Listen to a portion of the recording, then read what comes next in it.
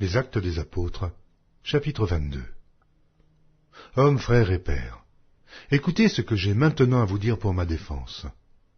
Lorsqu'ils entendirent qu'il leur parlait en langue hébraïque, ils redoublèrent de silence, et Paul dit, « Je suis juif, né à Tars en Cilicie, mais j'ai été élevé dans cette ville-ci, et instruit au pied de Gamaliel, dans la connaissance exacte de la loi de nos pères, étant plein de zèle pour Dieu, comme vous l'êtes aujourd'hui. J'ai persécuté à mort cette doctrine, liant et mettant en prison hommes et femmes.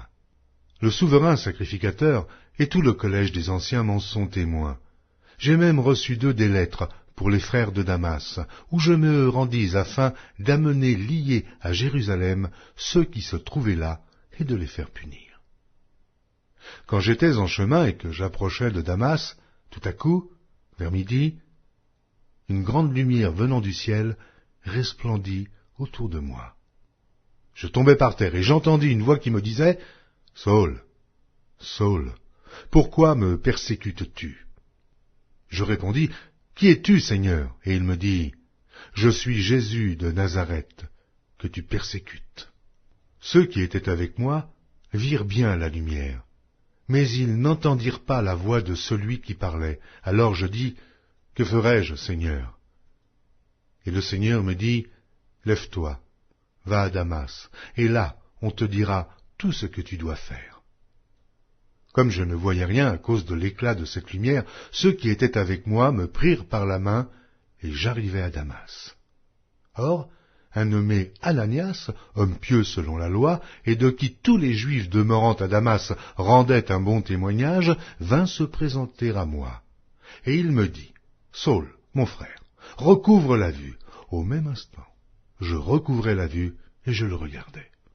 Il dit, « Le Dieu de nos pères t'a destiné à connaître sa volonté, à voir le juste et à entendre les paroles de sa bouche, car tu lui serviras de témoin auprès de tous les hommes des choses que tu as vues et entendues.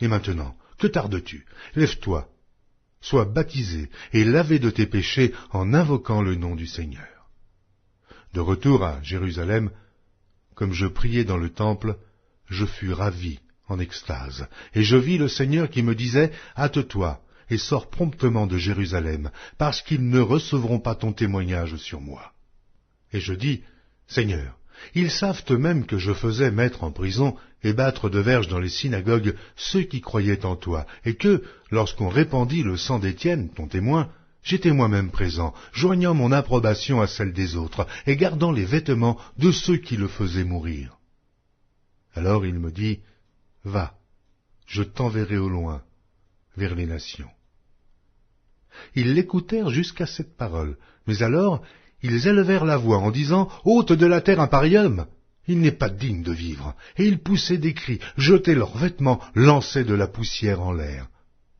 Le tribun commanda de faire entrer Paul dans la forteresse et de lui donner la question par le fouet, afin de savoir pour quel motif il criait ainsi contre lui. Lorsqu'on l'eut exposé au fouet, Paul dit au centenier qui était présent, « Vous est-il permis de battre de verges un citoyen romain, qui n'est même pas condamné ?»